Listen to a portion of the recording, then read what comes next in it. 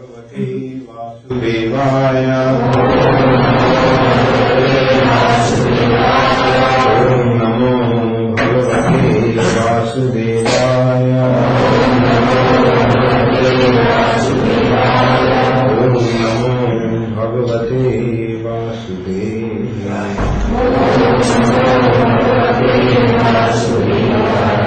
नारायणं नमस्कृत्य नरं चैव नरोत्तमं देवीं सरस्वतीं व्यासं ततो जयमुदीरये अष्टप्रायेषु अभद्रेषु नित्यं भागवत सेवया भगवती उत्तम श्लोके भक्तिर्भवती नैष्टिकी गौर प्रेमानंदे।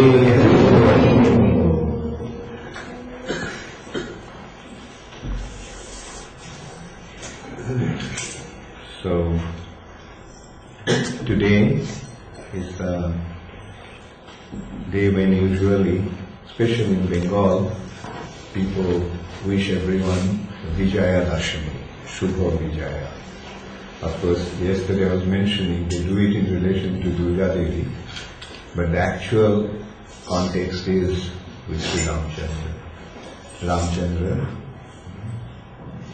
annihilated Ravana yesterday. That was the day of victory. So after the victory, everybody greets each other for the celebration of Ram Vijaya Utsav. So happy Vijaya. Happy Ram Vijaya. Hare Krishna. Okay, so today we will discuss about the second canto, 7th chapter, Scheduled Incarnation, text 46. And te vai vidanti aditaranti cha deva mayam te vai vidanti taranti cha deva mayam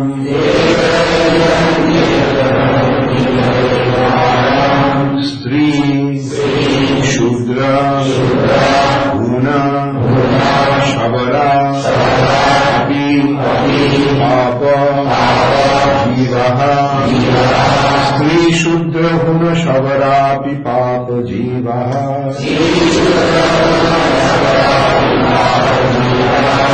Yadi Adbhuta Rama Parayana Shila Shiksha Jadadbhuta Krama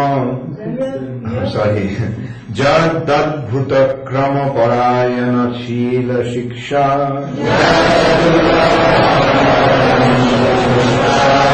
Tirjag Yana Api Kim Shruta Arna Ye Tirjag Janapi Kim Shruta Dharanaye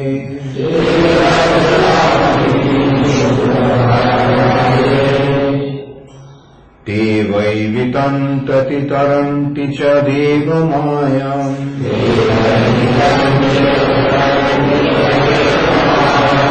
Shri Stri Shudra Guna Shabarapi Papa Jiva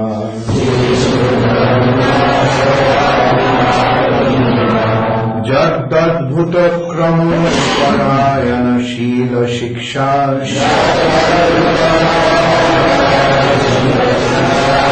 Tirjag Janaya Pikimu Shuta Dharanaye Devai Vidanti Taranti Cha Deva Mayam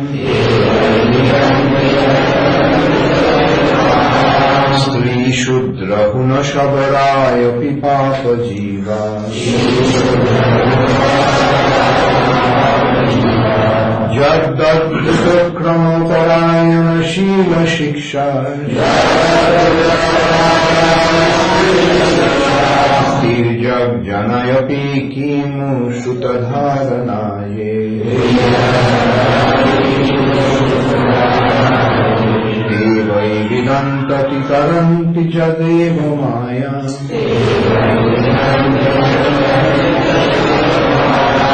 Sri Shudra Hunashavaraya Pipapa Jiva Jagdadbhuta Kramaparayana Shila Shiksha Tirjag Janaya Pikimu Shutadharanaye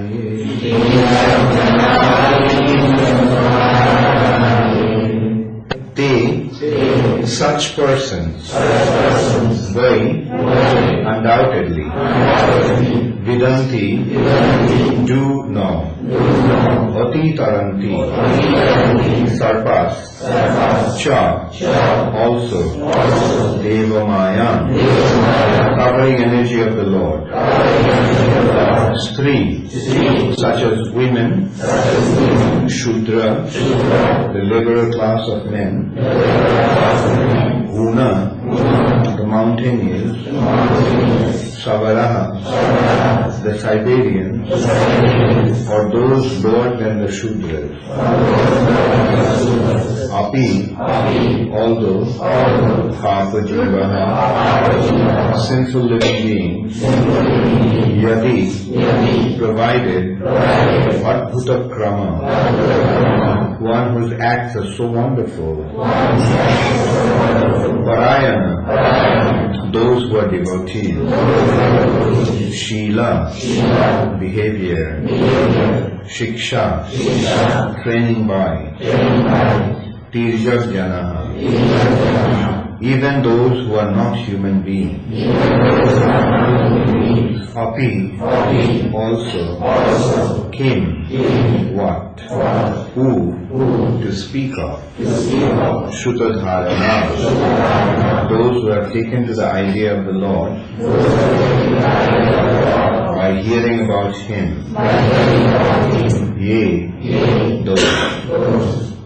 Translation by His Divine Grace, Srila Prabhupada. Surrendered souls, even from groups leading sinful lives, such as women, the laborer class, the mountaineers and the Siberians, or even the birds and beasts, can also know about the signs of Godhead and become liberated from the clutches of the illusory energy by surrendering unto the pure devotees of the Lord and by following in their footsteps in devotional service. Please repeat after me. Surrendered souls, even from groups leading sinful lives, such as women, the liberal class, the mountaineers, and the Siberians, and even birds and beasts, can also know about the signs of Godhead and become liberated from the clutches of the illusory energy by surrendering unto the pure devotees of the Lord and by following in their footsteps in devotional service. Purport by Srila Prabhupada. Sometimes there are inquiries as to how one can surrender unto the Supreme Lord. In the Bhagavad Gita 18:66, the Lord asked Arjuna to surrender unto Him, and therefore persons unwilling to do so question where God is and to whom they should surrender. The answer to such questions or inquiries is given herein very properly. The personality of Godhead may not be present before one's eyes, but if one is sincere in wanting such guidance, the Lord will send a bona fide person who can guide one properly back home, back to Godhead. There is no need of material qualifications for making progress on the path of spiritual realization. In the material world, when one accepts some particular type of service, he is required to possess some particular type of qualification also. Without this, one is unfit for such service. But in the devotional service of the Lord, the only qualification required is surrender. Surrendering oneself is in one's own hand. If one likes, he can surrender immediately without delay, and that begins his spiritual life. The bona fide representative of God is as good as God himself, or in other words, the loving representative of the Lord is more kind and more easy to approach. A sinful soul cannot approach the Lord directly, but such a sinful man can very easily approach a pure devotee of the Lord. And if one agrees to put himself under the guidance of such a devotee of the Lord, he can also understand the signs of God and can also become like the transcendental pure devotee of the Lord, and thus get his liberation back to Godhead, back home for eternal happiness. So, realization of the signs of Godhead and relief from the unnecessary, useless struggle for existence are not at all difficult for the willing candidates, but they are very difficult for persons who are not surrendered souls, but only simple, profitless speculators.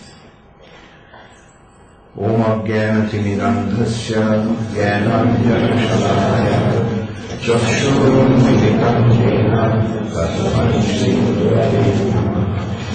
Shri Chaitanya Mahavishnam Sthapitam Yena Bhutale Swayam Rupa Karamayam Dadati Swapadantikam Vandeham Shri Guru Shri Radharam Shri Guru Vaishnavanscha Shri Rupam Bhagavatam Saharanam Raghunatham Tam Sarivam Sadvaitam Sadhutam Varijanasahitam Krishna Chaitanya Shri Radha Krishna Bhagavan Sahagana Lalita Shri Vishakhanikansya He Krishna Karuna Sindhu Leelantu Jagate Gopesha Gopikakanta Radha Kanta Namaste Tapta Kanchana Gaurangi Radhe Vrindavaneshwari Vrishabhanusudevi Pranamami Haripriye Vancha-kalpa-tarubhascha Kripa-sindhu-bhairava Patitanam Pavanebhyo Vaishnavebhyo Namo Namah. Shri Krishna Chaitanya Prabhu Nityananda Shri Advaita Gadadhara Srivasadi Gaura-bhakta-vrinda. Hare Krishna Krishna Krishna Hare Hare Hare Rama Rama Rama Hare Hare.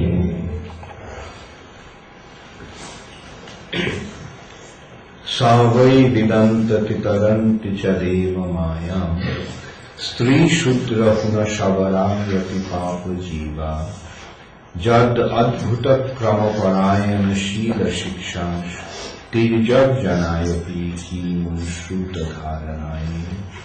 Surrendered souls, even from groups leading sinful lives such as women, the laborer class, the mountaineers and the Siberians, or even the birds and beasts, can also know about the signs of Godhead and become liberated from the clutches of the illusory energy by surrendering unto the pure devotees of the Lord and by following in their footsteps in devotional service. So, in the previous verse, in previous 3 verses, the great Mahajans, the great devotees of the Lord have been described. The last few days we have been discussing about those great personalities, and today also I will discuss about some of them. I thought I'll carry on with the verses and also I'll discuss about those illustrious devotees whom we haven't been able to fully discuss. We only discussed about 16 out of 43 such devotees. So, now after describing about those devotees who are illustrious in their activities and in devotional service, they are exemplary because they are the devotees of the Lord. And they are not only some full-time Brahmanas, all those devotees, many of them were great kings. Actually, most of them are great kings. So that actually indicates that devotional service is possible to be practiced by anyone. Anyone can practice devotional service and make spiritual advancement, become very, very exalted. And in this verse, it has been pointed out that even those who are apparently sinful, even those who are apparently sinful, even they can become devotees of the Lord. Not just ordinary devotees of the Lord, they also can become pure devotees of the Lord. Generally, the Vedic culture is meant for the Brahminical people. The Vedas are very deep philosophical understanding about the spiritual reality. Vedas are describing the spiritual reality and its connection with the material nature.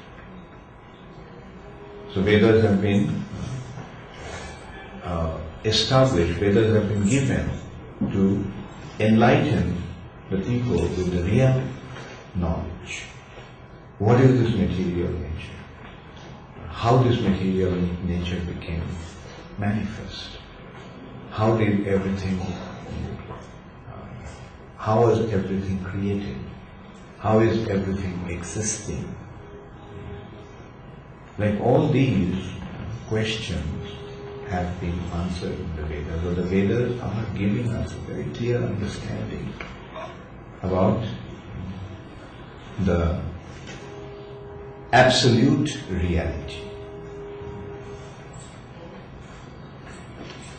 Like what we are the immediately perceivable nature is not the absolute reality, it's a relative reality.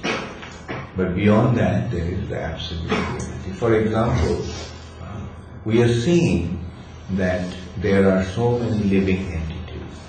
There are so many human beings, there are so many animals, there are so many birds, there are so many insects, there are so many worms, there are so many trees and plants. They all are living. We can accept that. We can understand. Anybody can understand. They are living. These are living entities. But what causes these living entities to become alive? If we ask an ordinary person who has been exposed to the Vedic wisdom, he would not answer. Or we can ask even ourselves, before we came in contact with these teachings of Srila Prabhupada, did you have any knowledge about who we are? Why these living entities are alive? Where does consciousness come from? Did you know? Did anyone here have any information, any knowledge before coming in contact with ISKCON? Not really, no. We may have admitted, we may say, oh, living entities. We may even went to the extent of identifying them as jivas, sajiv and nirjiv, living and non-living.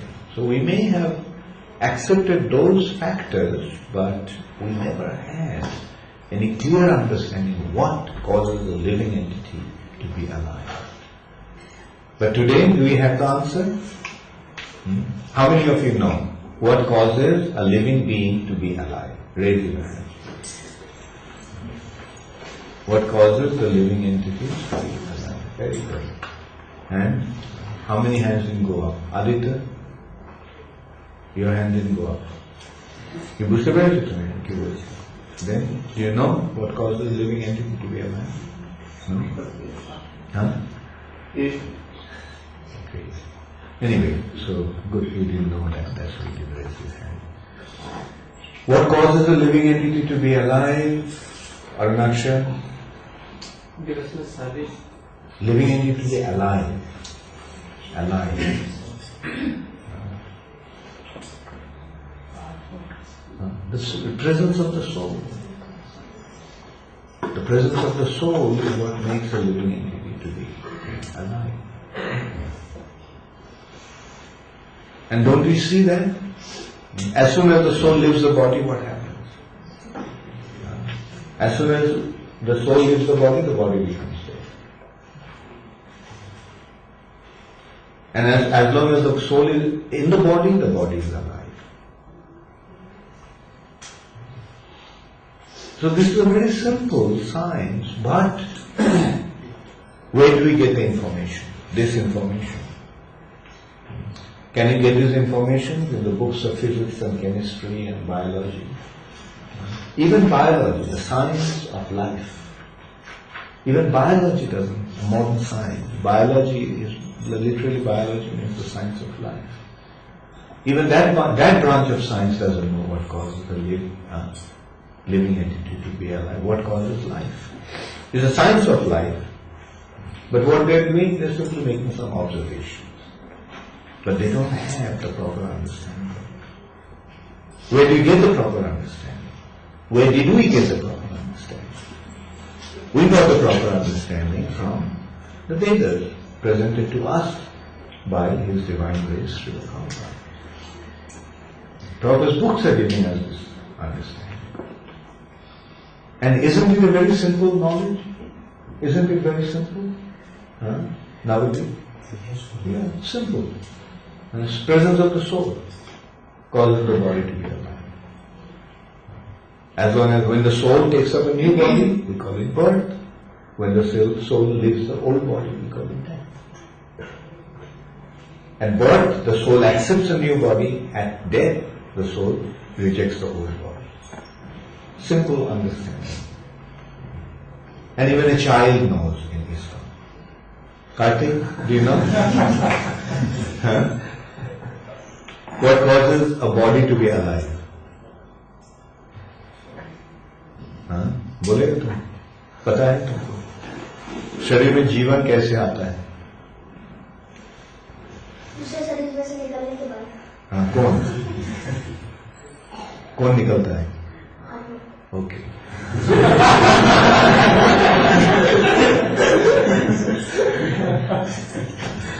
Even a child. So that is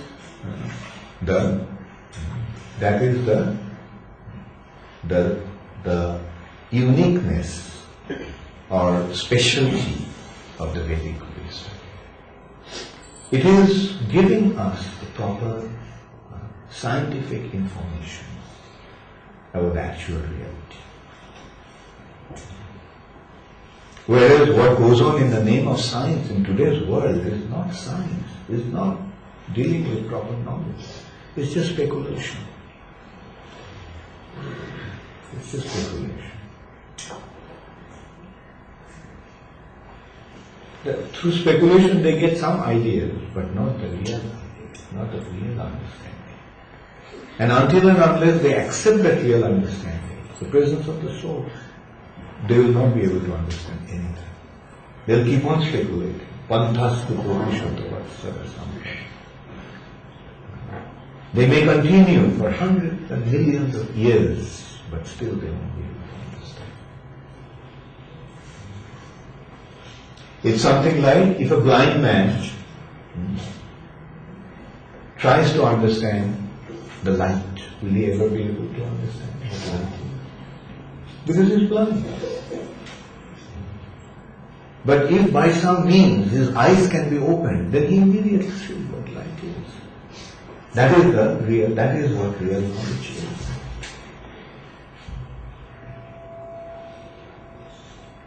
So that's why, what is our prayer? Om Ajnanati Mirandhasya Jnananjana Shalakaya. Ajnanati Mirandhasya. We are born blind. We are born in the depth of darkness. What kind of darkness? Darkness of ignorance, Ajnanati. But Jnananjana Shalakaya. By anointing our eyes with a very special mascara of Chakshur Unmilitam Yena. One who opened our eyes. Who opens the eyes? Tasmai Sri Gurave. I offer my obeisances unto that spiritual master.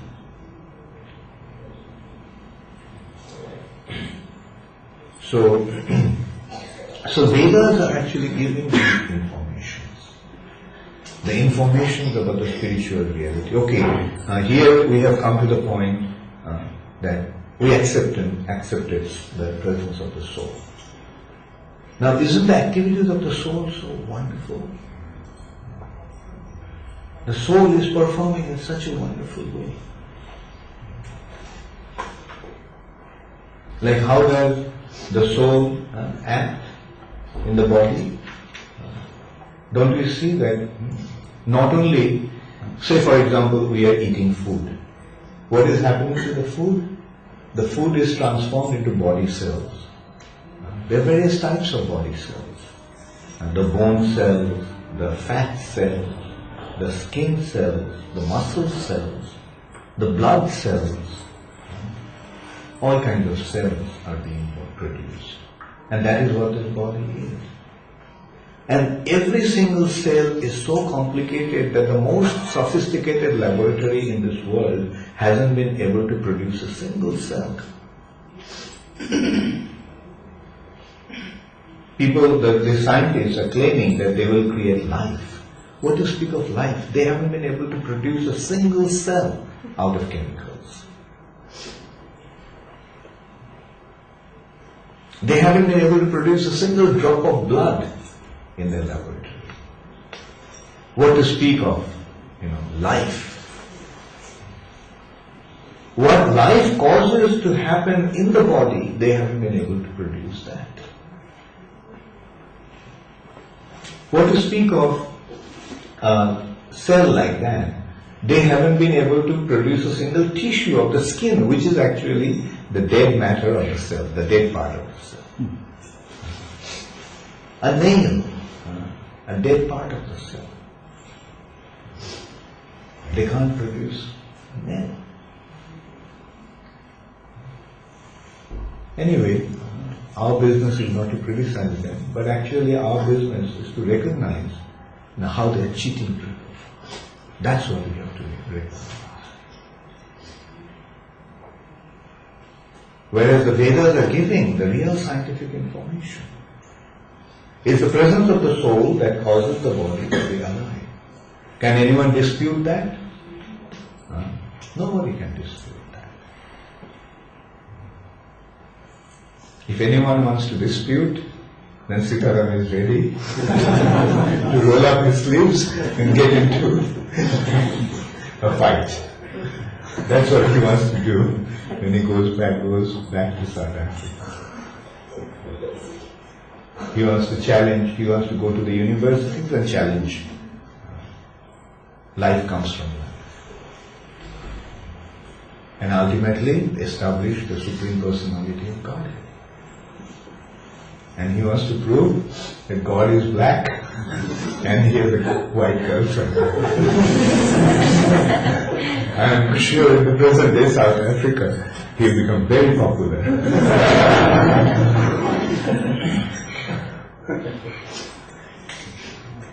And he himself is following the footsteps.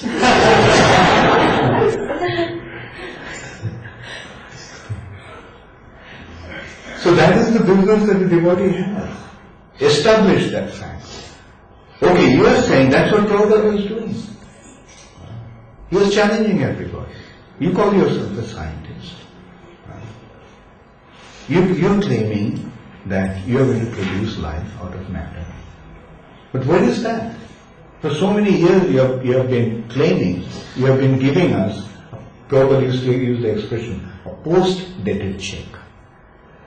You're giving a post-dated check. Yes, you can cash it tomorrow. You can cash it day after tomorrow. But where is the money? You are giving us the assurance that you will do it. But where is the product? You are claiming you are spending billions of dollars saying that you are going to produce life out of matter. But you are taking the money, but you are not delivering the goods. Bad business. You will be taken to court. In regular business, if somebody takes the money and doesn't deliver the goods, then what happens? Cheater. What's that? Yeah, he'll be considered a cheater. He'll be taken to court and he'll be punished. He'll be imprisoned. But that's what is happening with these so-called scientists. They're taking the money from the people and claiming that they will deliver the goods, they will create life, they will create life. But where is the goods? So shouldn't they be taken to the court? But the government is in cahoots with them, that's why they are not taken to the court. If there was a proper king, they would immediately take action. And as you said, forget life. Produce a single drop of blood in your laboratory. Produce a single grain of rice, or a wheat, or a mustard. Produce. What to speak of even blood? I will also produce a drop of mucus, which is a waste product of the body, in your laboratory. Then we will say that at least we have something to eat. So that is the responsibility that the devotees have, to establish the facts and expose the cheaters. And that's what is the purpose of our preaching. And when somebody did that, Prabhupada was very pleased. Like there was one scientist in Sri Lanka. He's a Christian scientist, his name was Dr. Kapoor. And Dr. Kapoor actually was making a challenge that you have to prove God. And he was a scientist, so he made a thing, that announcement in the newspaper that God doesn't exist. And one of our godbrothers at that time, he was a GBC of Sri Lanka, Hansa, he took up that challenge. Took up the challenge and he smashed that guy. Completely smashed him. And Prabhupada was very pleased with him. Yes, expose those rascals.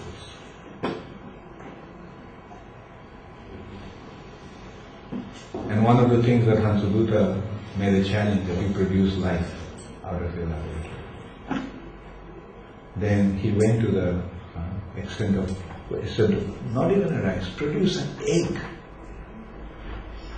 And if you can't, then you have to admit that a chicken is a better scientist than you are. Because a chicken can produce eggs and you can't.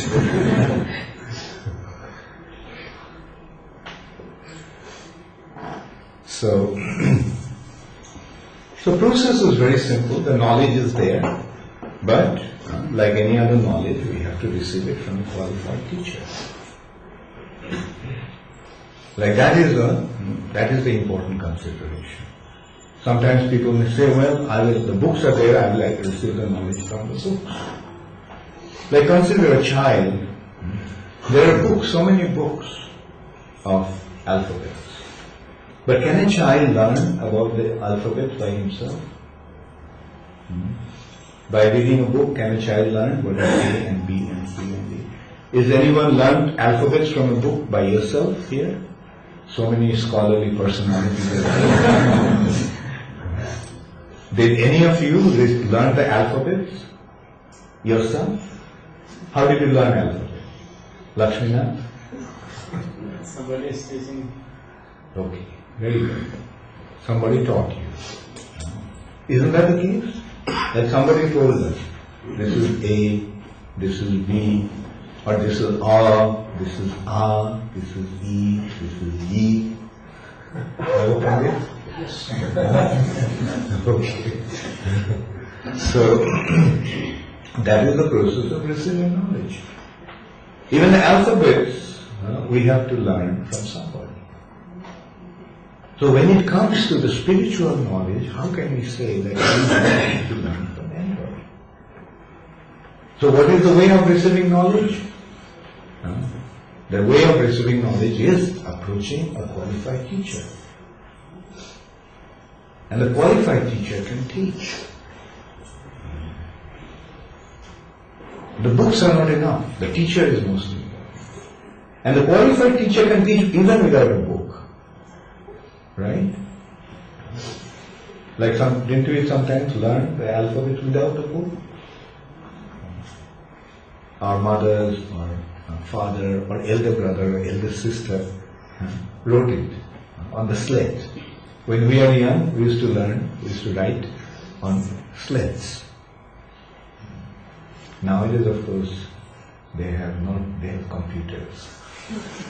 Looks alike. So, but we used to use slates. And in there it was written, and how did you learn? We are meant to just write on top of it first. And then, this is how we learn. Of course, the books are necessary to reiterate, to revive our information. But actually, it is a matter of receiving the knowledge, receiving information from a bona fide teacher. So that's what has been pointed out in this verse. That anybody can receive this knowledge, not only human beings. Even the animals can receive this knowledge. Even the animals can receive this knowledge. But the way is that one has to approach a qualified teacher. And that qualified teacher is a devotee of the Lord. And when we approach the teacher, then he gives us the information. We don't have to be a big scholar. We don't have to have many qualifications. The only qualification for devotional service, only qualification to enter into spiritual life is surrender. Surrender. Like in today's world, there is so much competition. Actually, the more materialistic the world becomes, the more competitive it becomes. Nowadays, isn't there a lot of competition? Like, even to get admitted in a particular school, like even for children, to get admitted in the big cities, to get admitted in a school, to get the children admitted in a school, good school, the parents have to pay through their nose. They have to bribe them. They have to bribe the schools to get admitted. Of course, it's not called bribe, they call it donation. But it's simply bribing. To get admitted to even primary school, children's school, there is so much competition. That means there is a consideration of qualification. Then they complete their school, they want to get admitted in a prestigious college. IIT or IIM. And what is the consideration? It's a huge competition. only nationwide, only a handful of individuals will be selected. Then they complete their studies. Then to get a job, there is so much competition. So in this material nature, it's a consideration of survival of the fittest. If you are not qualified, you won't survive. Whereas in spiritual life, is there any consideration of such qualification? Do you have to be a big scientist, or do you have to be a big engineer or a big doctor to be a devotee? No. What is the qualification? The only qualification is surrender. Right? And is it difficult? No. To surrender is not difficult. To not to surrender is difficult.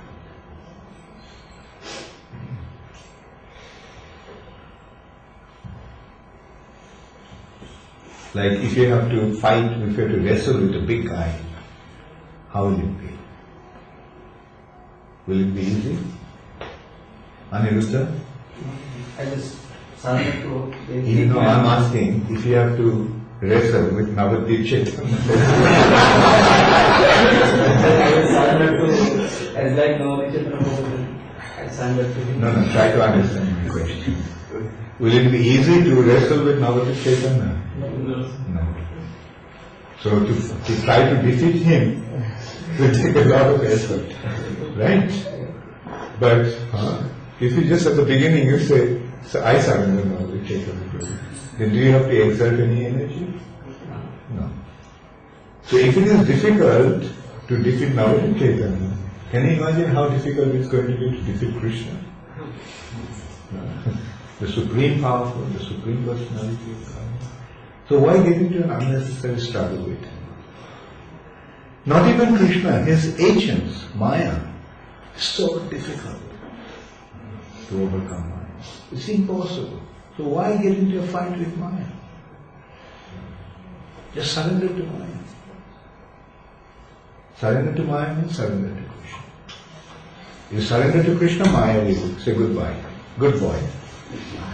Not only that, Maya will take you by hand. Okay, come, I'll take you to Krishna. Otherwise, what Maya will do? What does Maya do? Maya is alluring. Come, enjoy me. Come, enjoy me. But then when one goes to enjoy Maya, then what happens? Huh? Yes, Maya kicks. Where? Right in the face, where it hurts the most. The Maya kicks. Come, enjoy. And what do we get in return? When you go to enjoy, what do we get? How many of you have experienced it? You try to enjoy it, you get suffering. So give up this enjoying tendency, surrender unto Krishna. Don't try to exploit this material nature. Don't try to become the Lord and Master to exploit this nature. Just surrender unto Him. Surrender unto Krishna. And then what Krishna will do? Krishna will say, come. Good boy. I'm happy that you have surrendered.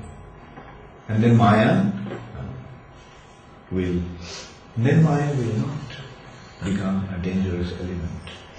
Maya will become a helpful element. Maya will help us to go to Krishna. So that is how simple this process is.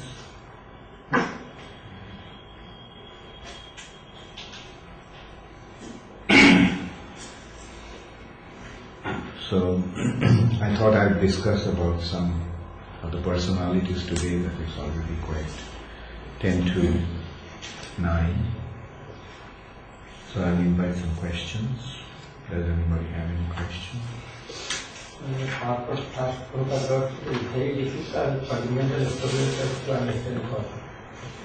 Why is it very difficult? It's impossible.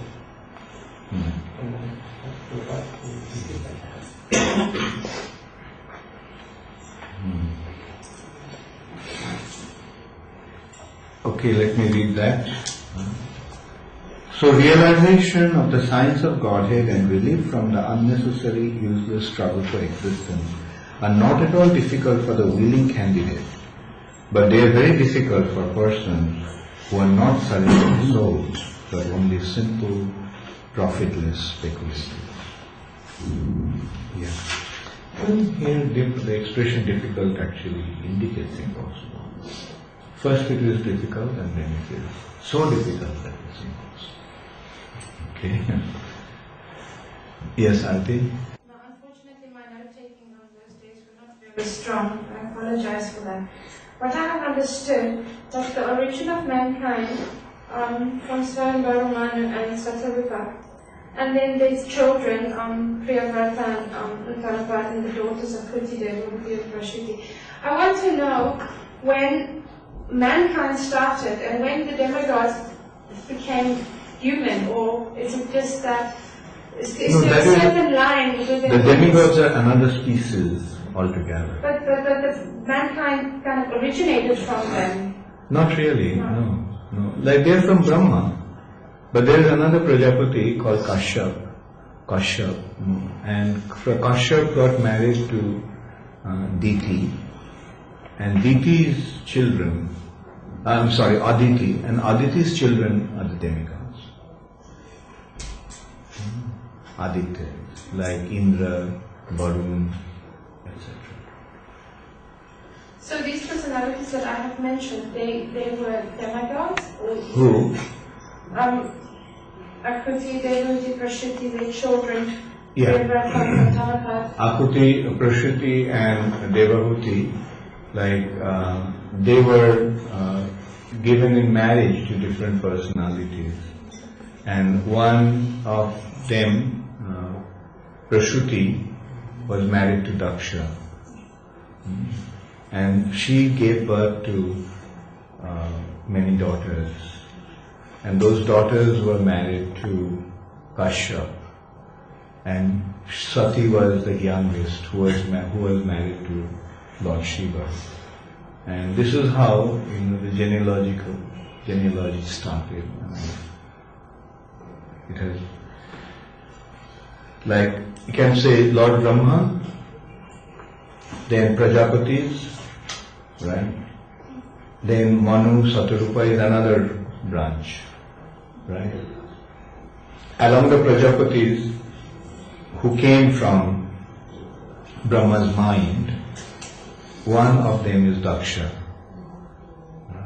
Then there are Pulastha, Pulaha, Krotu, like Atri. Like from them, the progeny also came.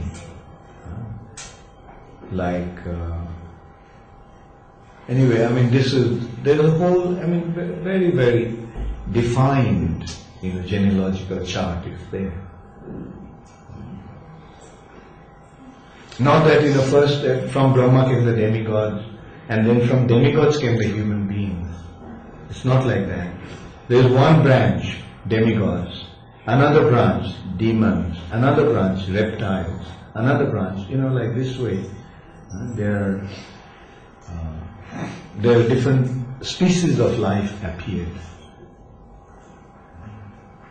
Maharaj Charan suggested that at some point the demigods enacted human pastimes, just like Lord Brahma enacted, when Shri Krishna came and the demigods enacted some human pastimes. That they can do. Like Krishna can make anyone take any form. Like Brahma became a human being. Haridas Thakur. Right? Or sometimes, Indra takes birth as some individual and so forth. Lord Shiva came as Shankaracharya. But we have to understand that these are their pastimes. Okay? I don't think she's satisfied yet, Maharaj, because the separation of powers in the sense that Brahma is there and all of these beings came from him. So he's in that particular place. So at what point were the humans, were they sent to the earth to say, okay, now you become the king of the earth planet? and you take your birth as a human, they take their birth as a human from Brahma, and then are sent to the earth planet to create planets. So was Daksha, he wasn't a demigod, he was a human, taking his birth from Brahma. Daksha is in another category called Prajapati. Yeah. Like he is not exactly the demigod. He is another category, like, where, like he is, he's even superior to demigods, in a way. And as you were saying, maybe you can go a step backwards to understand this concept.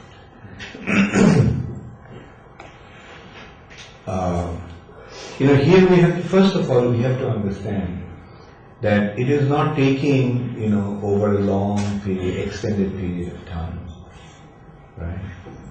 Like the initial stage of creation is quite sudden or abrupt, you can say. Like, what is actually happening? The living entities, through the glands of Mahavishnu, are coming into the material age. Now, who are these living entities who are coming into the material age? The living entities who, at the previous kalpa, when everything was destroyed, went back to Mahavishnu's body. Right? Along with their karma, along with their subtle body, which were in the karmic reaction in the subtle. The mentality. They were asleep, but the mentality was there. Right? Their subtle body had its specific shape, but they themselves were asleep, devoid of the gross body. Then as they wake up, they are awarded the gross body according to by nature, through the engineering of Lord Brahma. Right? Now initially those were given in a very quick manner. Because they are the first we have to consider that when you're coming from that region, from the subtle region, the first bodies that you are getting, the first individuals who are getting the bodies are very, very subtle living entities. Right? And the more they go deeper into the region of time, the grosser and grosser becomes their bodies. Right? Now Brahma, like what kind of body does Brahma have? His body is very close, although he has a gross body, but the gross body is very close to the subtle body. So much so that Brahma in his will can give up his body and assume another body. Like that's what happened when his body became contaminated due to his wrong approach, wrong desires. He just gave up that body. That body has been contaminated. And his soul and his offspring were so subtle that they could just come from his mind. Directly from his mind. They come in. You know what? Their bodies are so close to the mind or the subtle body. But then you become grosser and grosser. Our bodies become grosser and grosser. And more gross it is, more arrangement it needs to get the body. Like consider a plant, right? The plant body. A seed falls on the ground, right? Then it germinates, becomes a seedling, and then gradually, over a long period of time, it develops its body. It takes years to grow.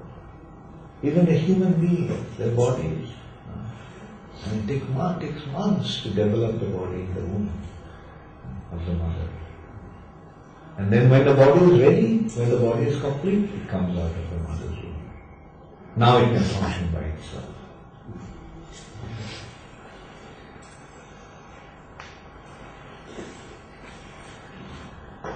Okay. Any other? Yes. But the position of Manu was described as the emperor of the earth planet or the whole universe.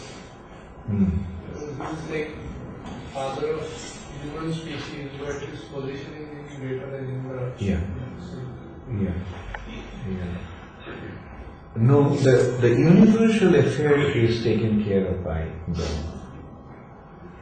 If the in charge of the entire universe is Brahma. But then, according to his position is much superior to the living and to the human being, and he is actually taking care of the earth planet generally. But his position is not superior to Brahma, superior to Indra. He is not controlling the heavenly planet. Heavenly planet is controlled by Indra. Right? But his situation is quite similar to Indra's. Like you can say Indra's entourage. Like, in a factory, you get shifts, the chief engineer, and the chief engineer is there in charge of the shift, right? And then he has his other assistants, and they're in similar capacity, so to say. So similarly, you see, whether in a day of Brahma the situation of Manu changes. So that is Manu's position. And along with Manu comes Indra, but Manu doesn't interfere in Indra's affairs, nor can he help Indra to rectify his situation. When Indra is in distress, he doesn't approach Manu. He approaches Brahma. Like Manu is in charge of Earth planet. Right. Manu is in charge, but not in a direct way, because the Earth planet has a king and the ruler of the entire Earth planet is there. But you see, he has his domain where he is the Lord. But he has his influence over the Earth planet, because the Earth planet is meant for his offspring.